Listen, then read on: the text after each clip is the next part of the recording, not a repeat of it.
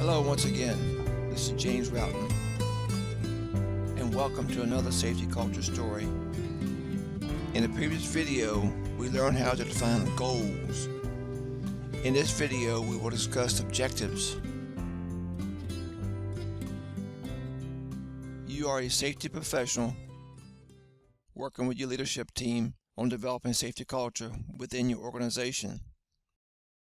Probably at this point in time, you have developed your written safety policy statement of what you want to accomplish, and have probably defined and outlined your vision and overall purpose.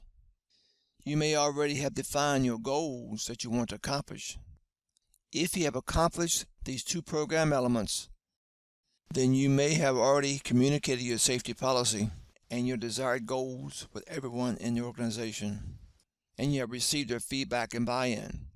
In many cases, this is where the process stops. However, there is one more step in the process that is most critical that must be accomplished.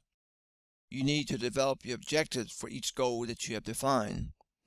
Objectives help you decide on the path that you want to take. In a previous video, I provided the beginning path in developing the reason for your journey, defining your safety policy statement and goals. If you have not reviewed these videos, you may want to consider them before you move any farther. As a review, goals are derived from your vision and form the basis of your safety management plan. According to Oregon OSHA, goals are easy to write. They are nothing more than wishes. So again, if you've taken the time and have carefully planned your safety efforts, you now have a higher probability of success of reaching your desired destination without many obstacles. Do not forget that in many organizations, a planning process may already exist for your quality system, which may include goals and objectives.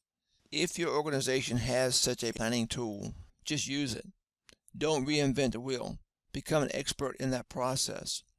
If you become an expert in their process, this will ensure that the format you use in the safety arena is in line and consistent with the rest of the organization.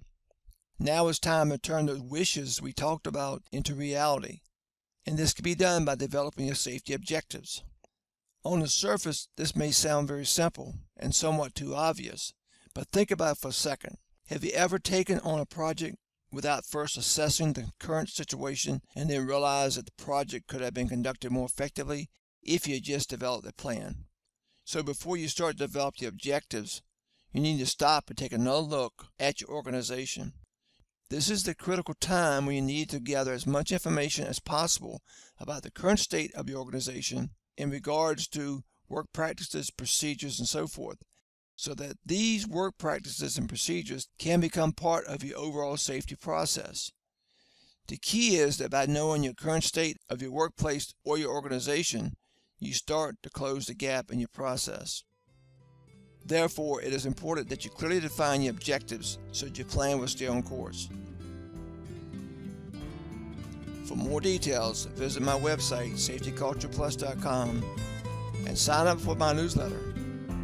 And also subscribe to my YouTube channel to ensure that you have all of my latest videos. And finally, remember, we are here to learn together.